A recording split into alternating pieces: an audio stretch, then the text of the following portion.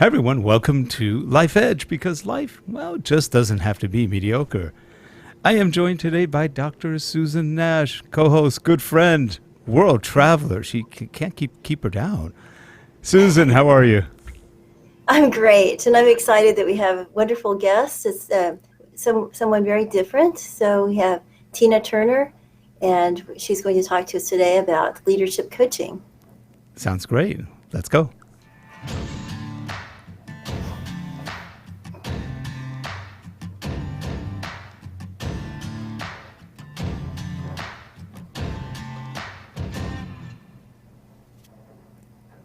This show is sponsored by Relate Corporation at www.relate.com, your training and video partner. And we are back, and Susan, would you like to do the honors?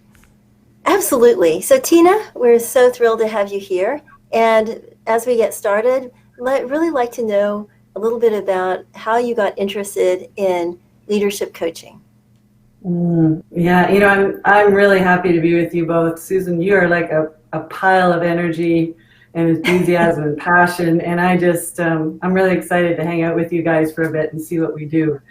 So I got into this, I think maybe the way some people do. I know some people know what their career is and they go for it. Other people kind of have a windy road of things that end up coming together, and that was sort of my journey. I started off doing an undergrad in commerce and information systems, and did a little bit of traveling after that, not sure what I wanted to do. Came back, and this is going to date me a little bit now, but at this time, it was just the movement to GUI from DOS. So, yeah, I know some people will be like, what? And so at that time, I really got into GPS technology, and I was really interested in that. So I went back to college. I did another degree in civil engineering technology around this GPS technology. And then the economy took a dive, and I couldn't get work in that. And so I needed to kind of be a little innovative. And because I was working and learning about, the switch in computer technology to interfaces that were, GUI based, I managed to get a job working kind of a consulting gig. I didn't even know what I was doing for a refinery. So my first foray into the world was through refining and oil and gas, and I was helping them move through this computer technology change in all that they were doing. And I wasn't there very long, and one of the lead people at the refinery, the GM, had said to me, can you put together, we want to do this thing about performance-based progression. Can you put together a plan on proposal on how we might do that? And I was young and naive and full of it, and I thought, a little gutty, and I thought, I'm going to dream up like the ideal thing that I would do and see what they say. And if they say no, who cares, And so I pitched this, and they loved it. And so all of a sudden I was working with leaders and working on, a really big project. And thankfully, the GM, and then it ended up becoming something that worked through the whole downstream. They brought in more seasoned consultants, and so I had mentors and people that I was learning from, which was really, really exciting. And I went along that path for quite a while and learned a lot in that area about what leadership was, and that was a certain time. In the 90s and early 2000s. And then a colleague asked me if I would help with a program that he was trying to do, or some work he was trying to do with a big association in the US. And I didn't really know anything about associations, but I was really into learning and human performance. And so I went and I started doing that work, and that gave me the chance to experience a lot globally. We brought the programs that we were creating into China and different countries in the Middle East. And so I got exposed to other cultures and other ways of doing things, and what learning and leadership meant in other places in the world. And that those pieces were kind of all there. And then I started asking a lot more questions. You know, during this time, I had some personal things. I had a marriage, I had young children, and I began to become aware of how I was really living what I would say from the neck up, and how disconnected I was in the way I was showing up. And so I'd learned a lot about leadership from a technical perspective, but I wasn't aware of what leadership was sort of from the inside out. And I started asking these questions, and I think something about seeing your culture from the perspective of another culture can often, I know you travel a lot, Susan, but sometimes that helps you to see things in a way that you don't see when you're in it. And Oh, yeah. so that, yeah, you probably had that. I know you travel a lot, right? Yeah, a little. So that was really helpful for me. But what it did was open me up more to how compartmentalized I was living myself. How, you know, there were all these disparate pieces, and I decided, you guys have a little known beautiful secret in the US. I'm Canadian, and it's this place called the Graduate Institute in Connecticut, and they do really interesting graduate degrees in what they call emerging fields of inquiry. And I went and did one with them while I was doing all this work for IMA, and I learned a lot about consciousness and culture and kind of human development over deep time. So now I'm adding all this into the equation, right? So I've got all these pieces that I've explored, and then a challenge hit that really it really rocked me, and that was my daughter, who was at the time 8, was diagnosed with a seizure disorder, and we tried different things to, you know, it just became clear within the first year that this was not addressed through typical means, which is usually medication. And, you know, you can probably tell already from my story, I'm pretty passionate about life and learning.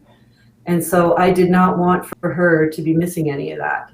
And I started exploring, well, what could I do? And by this time, I had moved from the IMA to a tech startup that I was working with, and this was a company called Digital Ignite. We created a learning platform called Crowd Wisdom, and so I was traveling around. Now I was more in association clients, and one of my clients was the American Epilepsy Society, which is a group of neurologists who are specialists in epileptology. So you know that thing when you get sick or you got some symptoms and you go on and Google and you try and figure out what's wrong with you, and it's really dangerous to do because you're going to call up all kinds of crap, and all of a sudden you're diagnosing yourself with really strange things. Well, I had access, because I was helping AES build their learning platform. I had access to all their learning content for all the epileptologists. Oh, no. Yeah. You know where I'm going, right? So I start like, oh my goodness, what can I do to help my daughter? Getting into overwhelm. Yeah. And well, at least you didn't start I thinking that you had all those issues. No, I didn't, but you know, it was, I don't know how helpful it was for her, but I was trying to figure it out, you know. And then I also got involved with the Ontario Brain Institute, which is a really neat project here in the province where I live that brings multidisciplinary approach to brain science. So I got involved in that. So now I've got, you know, this conscious evolution piece, the brain science thing, how do I help my daughter, the learning piece, the human performance piece, and then there's another piece, and that was my long-time love, my personal passion of horses. And I loved riding and competing, and this was kind of my thing that I did to decompress. And my daughter also loved them.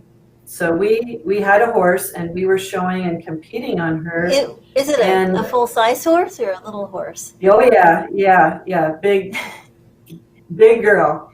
Wow. And she, big black, beautiful horse.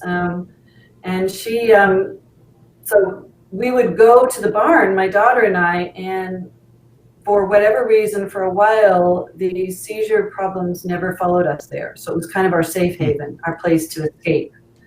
And then one day she had an enormous seizure, what used to be called a grand mal on the horse. And horses, if you can, I'm sure you can imagine, if you don't know them, they're flight animals. Yeah. So they're going to flight when energy gets erratic. Their number one thing is to flee, to run. And they're very sensitive, and especially if you have a horse who's done competing, they're extremely sensitive to how you're moving on them. And so when somebody is completely erratic on them, that's a big deal. And the horse was unbelievably present. I mean, she was so there for Leah and myself. Wow. And it was astounding, Susan. And afterwards, I was like, after kind of the shock of what had gone on, I thought, what just happened? Like, what just went on there? And it was like something in me got opened up. You know, sometimes you don't see things because you just don't know they're there. And then when you can see something, all of a sudden your whole world is like, what was going on? And that was the moment for me. And so that started me down a path of researching heart-brain intelligence and a field called equine facilitated learning. And so I had all these pieces, and I started researching this, and then I turned 50. And all of a sudden, this kind of a question came into my mind about, okay, wow, if I'm 50, I'm probably seeing my life down now. Like, at best, I'm at the top of the roller coaster looking down, and maybe I've been going down for a little bit and I just don't know it, because who knows how long you're going to live for. And the question, that's the fun part, right? The craft. Yeah, well, that's the fun part. That's so perfect, because it should be the fun part, right? And that was the thing that hit me. Like, I want to go down like this. I don't want to go down like this, And I started to ask myself, like, am I really doing something that's of service to the world? Am I working to make the world a better place? Am I creating a kind of a sustainable mark, a legacy? And I really became aware of just exactly how I just told you the story, like all of these pieces that just didn't seem to fit. And that was sort of a turning point for me in this idea of leadership and legacy, and what does it mean to lead, and how can we lead if our lives are all compartmentalized and separate? How does that actually work? And that's what led me to really go, okay, now I want to know something more. And it was like this call to find almost like a greater wholeness. And I'm not a person to kind of go small. So I decided, what the heck, you know what, I'm going to get into I didn't know where to start. So I did two things. I talked to mentors, and I bought a farm and moved on my own to a 25-acre farm and worked with this beautiful horse that I told you about to build a herd and create a herd and start playing with what more was going on. And that's amazing. That's the story of how I kind of got into the leadership work that I'm doing today. That's interesting. Now, out of curiosity, how's your daughter? You know what? It's an amazing story, because she just graduated a few months ago from university. She went to university for cognitive neuroscience. Oh. And so, she knows the brain from the inside out. Her seizures are still not controlled. Okay. She has various things that she does to live her life. And one of the things that she and the epilepsy helped me remember is just, to treat life preciously, because, every milestone that she's gone through, we've sort of had this joke where she's like, this is great. I didn't know if I'd live to graduate high school or go to university or, So everything is just very precious, but she's unbelievable. I mean, she's incredibly tenacious, and she's actually, even in her undergrad, she published original research in the field of hallucinations. So Wow. Yeah. And we have, really, And you know what, wonderful. for her, if you were asking her, and she's actually talked a lot about this because she does keynotes, and for her, the thing that she holds most dear, if you ask her, well, how did you do all that? How do you do it? She would say it's Echo, it's the horse. Oh. Mm.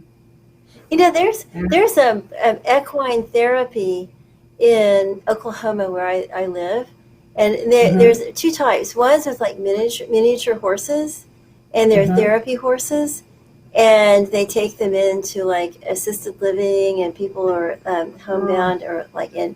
And then there's also one called Flames to Hope, and they use equine therapy for people suffering from PTSD and for veterans. Yeah.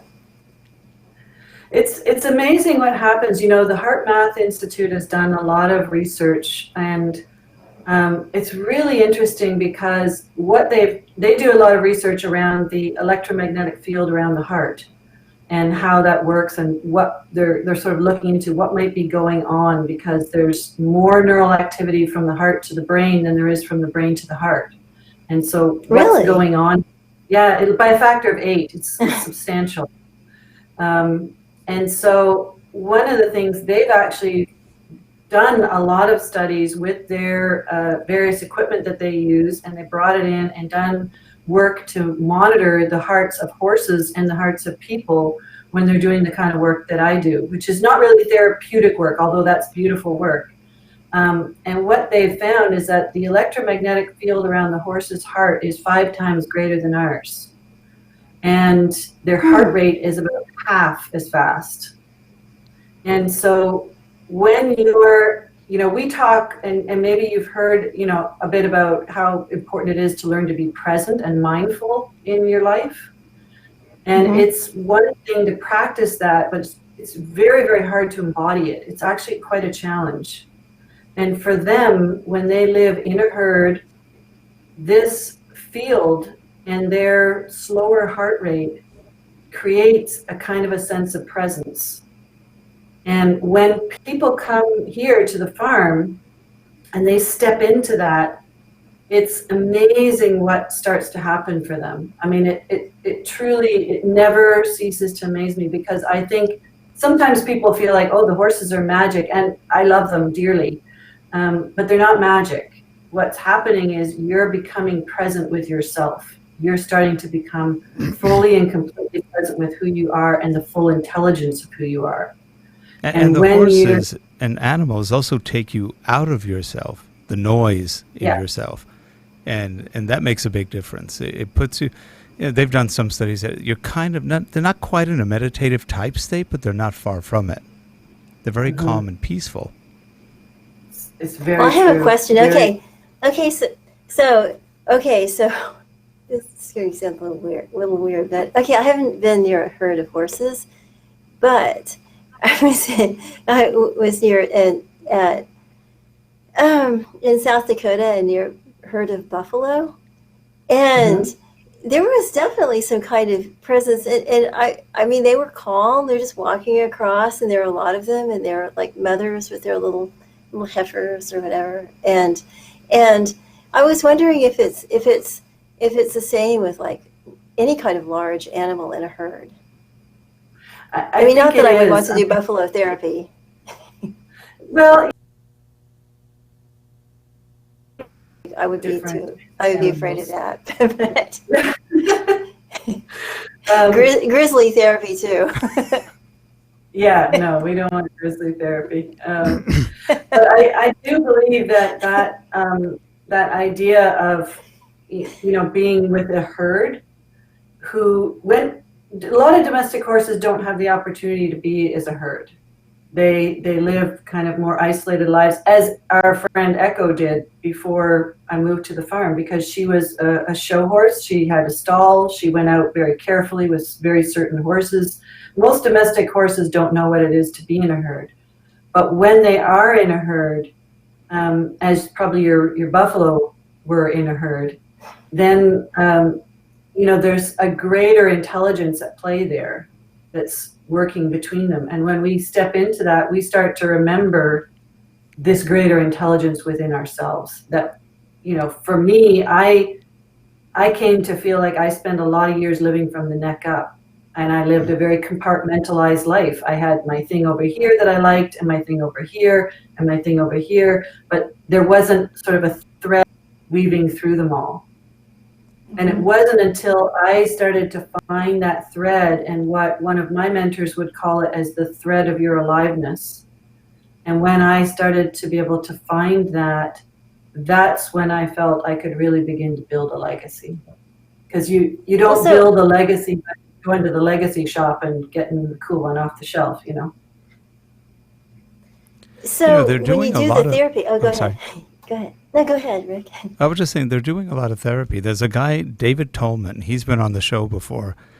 And Harold, what is the name of what he does? They're nootropics, nootropics, nootropics. Wow. And he calls him and the group that do that around the world mind hackers. And they look at supplements, vitamins, supplements, herbs, as methods for controlling many diseases of the brain, including epilepsy and others. And he's got a free download. You could do it at his website. I think it's nootropicsexpert.com, which will show you all of the different supplements, what they can help with, how they help. Epilepsy is one of them. There's an amazing amount of things. And, even from a neurological point of view, you've got your atlas nerve, the vagus nerve, which the brain and heart connect with. And most of arrhythmia is related to that. Here's the electrical system going off. And there's a lot of research now that's saying, you really just need more electrolytes in your body. You don't need to get ablations. You don't need to do any of that if you have enough electrolytes. It's really interesting. That's some of the newer theories coming out more and more. And the other thing is, I have one friend, she had very, very severe grand mal seizures, and they actually removed a quarter of her brain. Doesn't seem any different than she ever did. And she's actually funny at a lunch or dinner, because she goes, my brain's a little empty, and she taps her head and it's hollow right in that one part. She always makes jokes about that, but it helps. She hasn't had a seizure in years. And she was uncontrolled, completely uncontrolled. And they took out a quarter. They didn't completely sever half the brain. They severed and took out a quarter of a part of the brain. It was fascinating. It was extreme, but she said in her case, she can now live without seizures. It's just an interesting aside. But there's so much with the right supplements, the correct supplements. And you talked about the heart of the animal, for example, of the horse, and how they're at probably 50 or 40 or however many beats per second. When humans get in very good shape, really healthy, or they're very in tune with themselves, with whatever's going on, heart rate usually drops to 60, maybe even a little bit lower. When you're in that place, that time zone, whatever you're in, the whole body calms down. Because the brain's calm too. Everything starts calming down. And again, they're finding the brain causes a lot of agitation, period, with life. And, we think about too much, we worry about too much. And if we can control that, then usually the whole body responds. It takes years off of people. Well, I have a question. Okay, so following on that, I have a question. So let's say that I'm in a company and we're facing a merger, so we're going to be with a whole different herd, and their vibration is going to be different than our vibration. And we want to like the herd, but we're afraid of the herd, and they're afraid of our herd. What do you do in your leadership training? How would you approach a merger? Well, that's really interesting that you asked that, Susan, because for the last 2 years, I've been working with a company called Community Brands, and they did well over 25 mergers and acquisitions in about a year and a half. And that was specifically the piece that I was working on with the senior VP of HR and the CFO and the CEO, is how do we bring everybody together? And and it would be so interesting for me, because while we were exploring how do we do this, I'm sitting here where I'm sitting now, looking out at the herd and kind of taking cues from, okay, what can I learn from them about this, and bringing it into the work. And we talk a lot about culture, but in the field of human development, there's been a lot that's been examined about how do we grow and develop, how do we set the conditions for everybody to grow and develop. And a lot about that has been explored, and there's lots of theories and everything, but there's one piece that always comes back, and that is environment, the context. And in organizations, we talk about it, we might use the term culture and our why, a shared why. And one of the things that happens for the herd when a new herd member comes in is, and when a herd is strong, the herd has a sense of what is it that what is it that we're doing here? We have a herd, and it might be simpler than it would be for a big organization, but the herd is the sort of meta thing. When a new horse comes in, the very first thing that all the horses are going to ask it to do is not find its pecking order. That's not true. We project that on them, but that's not my experience. What it's going to be is to find their new home, to find their new place, and give themselves over to the herd, give themselves over to a larger mission than themselves. And when we were doing the merger and acquisition work, the first question was, well, what is our larger mission? Are we really clear on it? Are we clear on the invitation that we're bringing people into? And is it compelling? And now, how can we help people move from where they are, which was a lot of small entrepreneurial ventures, a lot of, sort of familial kind of experiences, to something that was much larger. And for some people, they didn't want to make that journey. It wasn't in their best, it wasn't in their calling, it wasn't in their authenticity. And so then our job was to acknowledge that and be considerate of that, and find the way for them to exit out of the organization, the new organization, where their respect, our regard for them, all of that was intact. And then for those people who said, yeah, I kind of do want to go, then we needed to help them find this new environment that was going to serve them, and to create it and help them find their place in it. And all of that work, as my partner and the HR person found, it comes from the inside out. And so she and I spent incredible amounts of time. She actually came up and worked with the herd 3 different times, so that when she would go back, we could embody all of these learnings about how do we do this in a very substantial way. And I think it had a very strong impact. Well, there was also a lot of mergers in a very short time. That's tough. Yeah. That's a tough one. Yeah, it's very tough. Yeah. But, Susan, you said it right also. You said the word twice, fear. Fear of them, and them fear of you. And that's, that really comes down to life in general. If we're afraid of something, or something is making us afraid, then we're under the control of whatever is making us afraid. And if you can remove people from that fear, then they're a lot happier. It's like watching the news. If you watch the news, you're going to be afraid. If you watch this, you're going to be afraid. I mean, everything's there to be negative, and create fear. People under fear are pretty controllable. And the same with like change management or what Tina's doing, that you're trying to allay the fear and replace it with something positive. That and Tina, you're 100% right. Not everybody's going to like that change, and they may decide to go elsewhere, or they just don't like the different cultures. That's fair. But fear is really at the base of most of anxiety, fear. That's the toughest part for most people. And what would you say in that work that you're doing, how much would you say is anxiety and fear? It's huge. I mean, you can't live a life, most of us have been taught in our culture to compartmentalize. I don't know about you all, but when I was, getting schooled in how to be a good business person, there was a certain face that you were going to put on, a certain thing that you were okay to bring to work, and other stuff. It was kind of like there's the church and state deal, but there was the personal and the work life. Like you got to bring your certain self to work.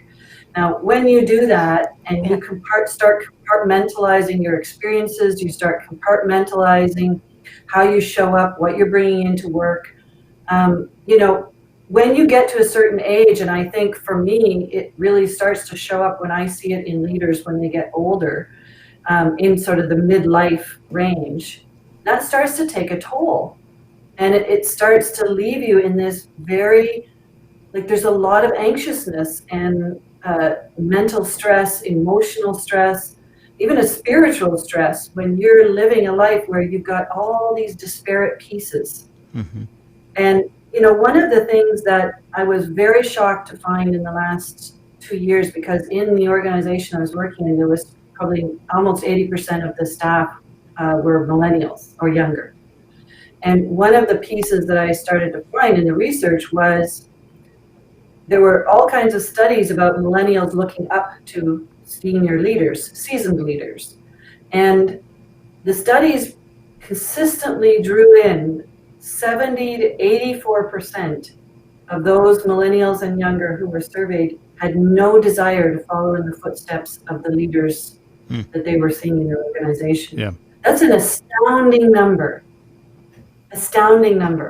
And I started to really push into, well, why is that? Why is it that they're so reticent? And I think in my experience, because I also do a lot of mentorship work, that whole way of being compartmentalized, of trying to put on a game face and be fake and everything else, or whatever it is for you, have my love of horses separate from anything in work, and what was going on with my daughter was separate, and that whole compartmentalization deal, I think they just don't want to take part in that. Like I want somebody who can come to me for real, as a whole person, as a real person with their whole life story, and show up with me in a way that is empowering to me. And that's the deal for me that I'm now so passionate about, because I've seen and I've experienced it myself personally. And I don't know about you guys if you've had any great mentors, but if you have a great mentor who is really solid in who they are, in their fullness of their life experience, and they don't have to be old to be in this place, that is a remarkable gift to be with somebody like that at any age. But certainly when I was younger, and even today, it has an enormous impact on my life, a positive impact. Well, I really liked what you said about the unifying, transcending element being the mission, and coming together with the mission and vision, and making sure that every person understands it in their own way, and that that way that they understand it aligns with the others. I think perhaps maybe that's what people feel is lacking, if it's just simply about status or position, and there's nothing behind it that animates them. And so the key is to have some kind of overarching mission that just gets you really oh yes, let's get there. Yeah, I'm so with you. And I think that's where, the fear that Rick, you were talking about, fear does not animate you in that way. Mm-mm. It almost de-animates, Well, also if you that animation that you're talking about comes from really holding the fullness. What is this thing? Who am I? How am I showing up here today? When you can do that and you can thread together everything in your life. So I'm coming with one story that is so powerful, and I know the things I've been through that have challenged me, that have knocked me down, and I'm not afraid to be vulnerable and to share those things, how they knocked me down, and how I got back up, and how that's all part of my story. When you find yourself able to do that, I think you can create a legacy that is it's astounding. And from the people that I speak to who are older than I am, in their 70s and their 80s, what they'll tell me is that having found that and lived that, as they aged, they grew younger at heart. So there's this Wow. sort of paradox that happens, and it's like these two opposite things that kind of come together, where I'm growing younger at heart and there's no doubt I'm aging, which is such a beautiful thing. Like, that's how I want to go down, I want to go down on fire for everything that I am. And this is where, I made a post about our show today, and I put the thing about what if your bucket list was just one thing? Yeah. And I love that. I saw that. Well, it's not mine. I will tell you, it came from a really just an amazing man. I have so much respect for him, and he did get knocked down really hard and figured out what his legacy was, and is living it.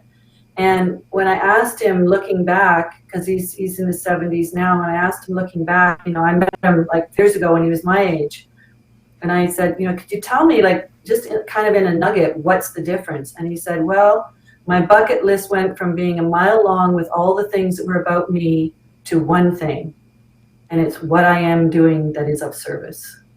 That's my bucket list. Wow, that's great. Isn't it?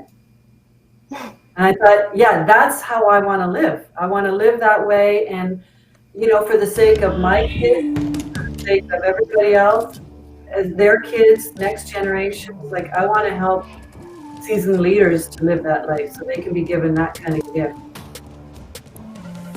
That's great. Yes. Tina, I hear we'd love to scary have music. you back on and touch you. I don't know what music we're playing right now. But that's our sign that we're at the end of our show. We've already gone past the end of the show, but I would love to have you back on and talk more about this, because I think it's a great subject, and it's a nice and different approach to leadership management, which I think is good. Yeah, great. And we have a question for you. Susan, do you want to ask that final question? I think you've answered I think you kind of gave us the answer already. Yeah, but maybe we get a summary. Okay, what in life has given you an edge? Made you who you are. Yes. Yeah, I think it's finding that thread of aliveness, sewing together all the pieces of my life, and being unshakably present with them, and believing in the value that they have to give to others. I love that. I think it gives you an edge that's, it is literally unshakable. Yeah, that's good. You And know we what? lead by example. I love That's it. leadership. Yeah, absolutely. Yeah. Well, so nice to have you on today and to meet you. And, I've so enjoyed this, you guys. This has been awesome. Good. And I feel like we're a bad therapist right now. That was great. Now, time to go. It's your time's up. But you know what? We'd love to have you back on and continue. Okay, I'd love that. I'd be really happy to do it. Thank you. Yeah. Good. Because I think you're touching on points that we don't talk about a lot, especially in leadership training or things like that, where, we try to make leaders out of people who maybe don't want to be leaders or whatever, but we're not talking about the integration, the integral self, and how that makes a huge difference.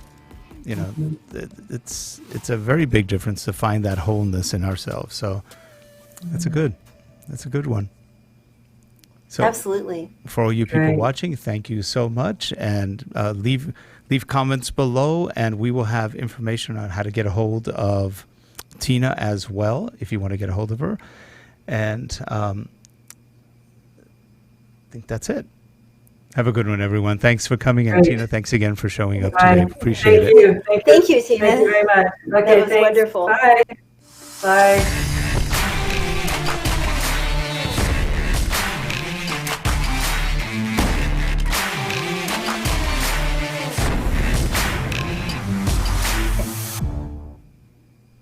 And that's a wrap.